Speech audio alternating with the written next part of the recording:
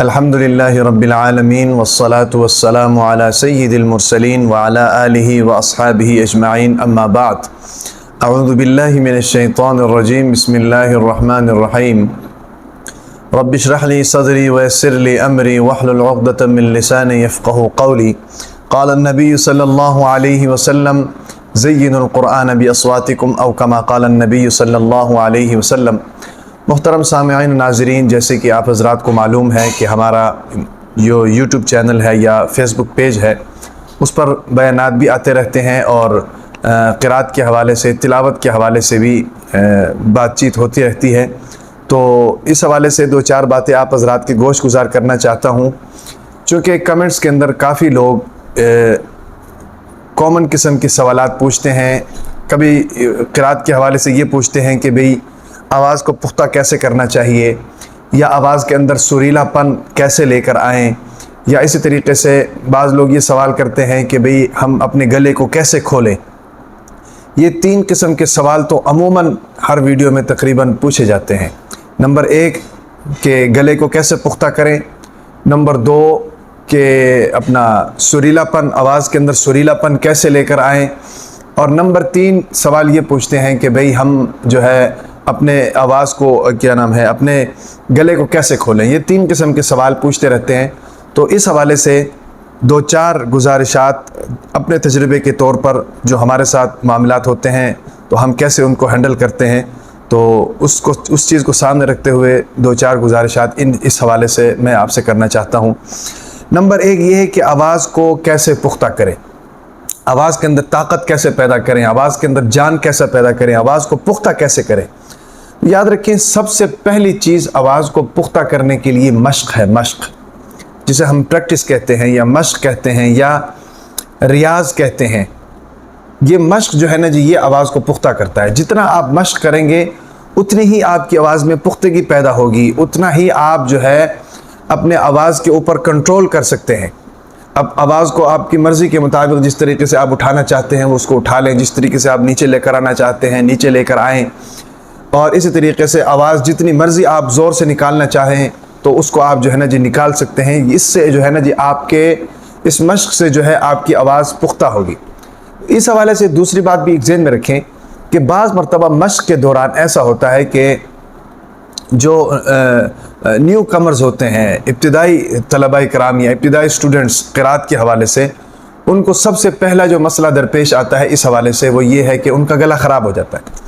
جب مشق کرتے ہیں تو ان کا گلا خراب ہوتا ہے، اور جب گلا خراب ہو جاتا ہے تو وہ اس کو چھوڑ دیتے ہیں۔ یاد رکھیں ایک بات کہ مشق کے دوران ابتدا میں آپ کے گلے کے خراب ہونے کا مطلب یہ ہوتا ہے کہ آپ کا گلا خراب ہونے کے بعد جب دوبارہ صحیح ہوگا تو پہلے کے بنسبت آپ کا گلا پختہ ہو جائے گا۔ یہی سٹیپ ہوتے ہیں گلے کے پختہ ہونے کے۔ سٹارٹنگ میں آپ ایک دن مشق کرتے ہیں، اگلے دن آپ کا گلا خراب ہو جاتا ہے، اور اس کے بعد جناب جب آپ کا گلا ٹھیک ہوتا ہے تو پہلے کے بنسبت آپ کا گلا مضبوط ہوتا ہے۔ تو اس لیے میری گزارش یہ ہے کہ جب گلا خراب ہو تو مشق کو چھوڑنا نہیں چاہیے، بلکہ احتیاط کرتے ہوئے ہلکی آواز میں بھی مشق کو جاری رکھنا چاہیے جب تک آپ کا گلا ٹھیک نہیں ہوتا۔ اور خود آپ اس چیز کو محسوس کریں گے کہ جب آپ کا گلا ٹھیک ہوگا تو آپ کا گلا جو ہے اب پہلے کے بنسبت پختہ ہوگا۔ اسی طریقے سے اس کے سٹیپس ہوتے ہیں۔ تو جب آپ مشق کریں گے تو کچھ دنوں بعد پھر خراب ہو جائے گا، پھر اس کے بعد جب صحیح ہوگا تو پہلے کے بنسبت مزید بہتر ہو جائے گا۔ اس طریقے سے ہوتے ہوتے ہوتے ہوتے سٹیپ بائی سٹیپ جو ہے آپ کا گلا جو ہے وہ مضبوط ہو جائے گا۔ تو پہلا سوال یہ تھا کہ بھئی ہم گلے کی آواز، ہمارا جو آواز ہے، آواز کے اندر پختگی کیسا پیدا کریں۔ تو اس کے لیے سب سے بہترین طریقہ یہ ہے، انگریزی میں کہاوت ہے practice makes a man perfect. Practice makes a man perfect. جو مشق ہوتی ہے وہ انسان کو جو ہے نا جی پرفیکٹ بنا دیتی ہے، معیاری بنا دیتی ہے، ہر اعتبار سے اس کو مضبوط کرتی ہے۔ کسی بھی چیز میں، مشق میں، تلاوت میں نہیں، کسی بھی چیز میں آپ جتنی پریکٹس کریں گے آپ کو جو ہے نا جی آپ کی آواز کے اندر جو ہے نا جی پختگی پیدا ہوتی جائے گی۔ یہ جو بڑے بڑے نامور لوگ ہمیں نظر آتے ہیں یہ ایسے نامور نہیں ہوئے۔ ایک وہ الگ چیز ہے، خداداد صلاحیت کا ہونا یہ ایک الگ چیز ہے، لیکن یہ ہے کہ اس کام کے لیے خداداد صلاحیت کے ساتھ ساتھ آپ کی اپنی کوشش بھی تو ہونی چاہیے نا جی۔ آپ کا اپنا جنون، جس کام میں آپ جنون کی حد تک اندر جاتے ہو وہ کام آپ کے لیے آسان ہو جاتا ہے۔ تو یہ جو بڑے بڑے نامور لوگ ہمیں نظر آتے ہیں کسی بھی شعبے میں، آواز سے جن کا تعلق ہے، چاہے وہ قرات کا شعبہ ہے، چاہے وہ معذرت کے ساتھ گانے کا شعبہ ہے، سنگنگ کا شعبہ ہے، چاہے وہ معذرت کے ساتھ قوالی کا شعبہ ہے، جس کسی شعبے کے ساتھ جو ہے نا جی لوگوں کا تعلق ہے آواز کے اعتبار سے، آپ ان کو دیکھیں، ان کی ہسٹری چیک کریں، ان کی زندگی کے ادوار چیک کریں، ان کے زندگی کے جناب شب و روز چیک کریں، آپ کو ملے گا کہ وہ سب سے زیادہ جو ہے نا جی اس لائن میں مشق کرتے ہیں۔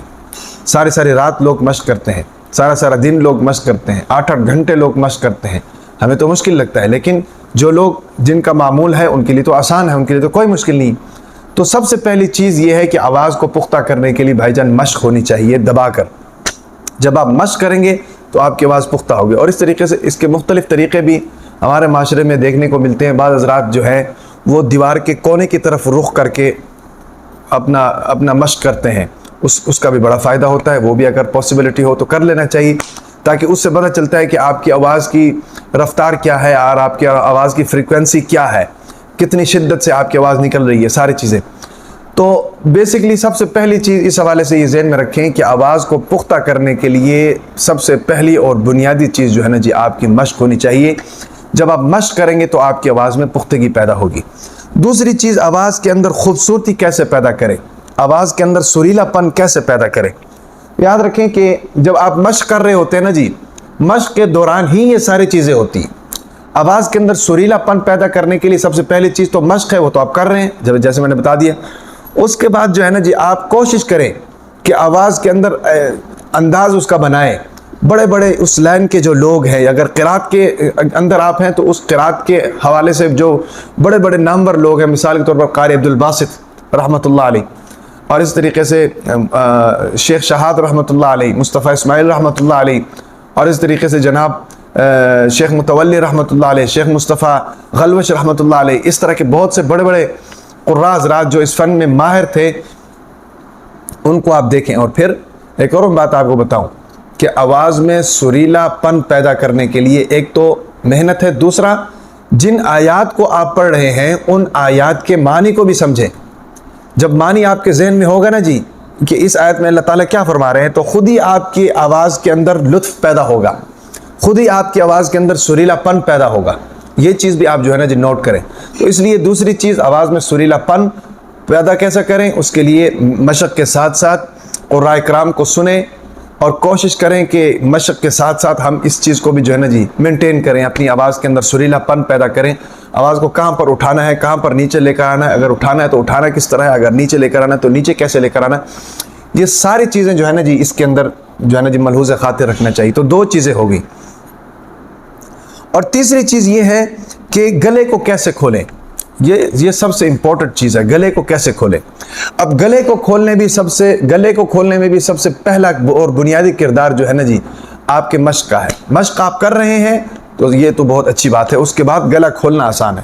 اگر مشق نہیں کر رہے اور آپ کہہ رہے ہیں کہ ہمارا گلا کھل جائے اور ہم تلاوت کرنے لگ جائیں تو یہ ناممکن ہے، یہ نہیں ہو سکتا ہے۔ ساری چیزیں مشق کے بعد ہیں، یہ بات ذہن میں رکھیں۔ یہ نہیں ہے کہ ہم مشق کو چھوڑ کر ساری چیز، مشق بنیادی چیز ہے بھائی، پریکٹس بنیادی چیز ہے۔ اگر آپ مشق کر رہے ہیں اور پھر اس کے بعد آپ اپنے گلے کو کھولنا چاہتے ہیں تو اس کے لیے جو ہے نا جی سب سے ضروری چیز کیا ہے، سب سے ضروری چیز ہے کہ پرہیز کریں۔ اب ہم لوگ جو ہے نا جی دوائیوں کے پیچھے پڑ جاتے ہیں، ٹھیک ہے دوائی کی بھی اہمیت ہے، یہ نہیں کہ دوائی کی اہمیت ہے، لیکن پرہیز جو ہے نا جی یہ علاج سے بہتر ہے۔ اگر آپ پرہیز کر رہے ہیں تو آپ کی دوائی کھانے کی ضرورت ہی نہیں۔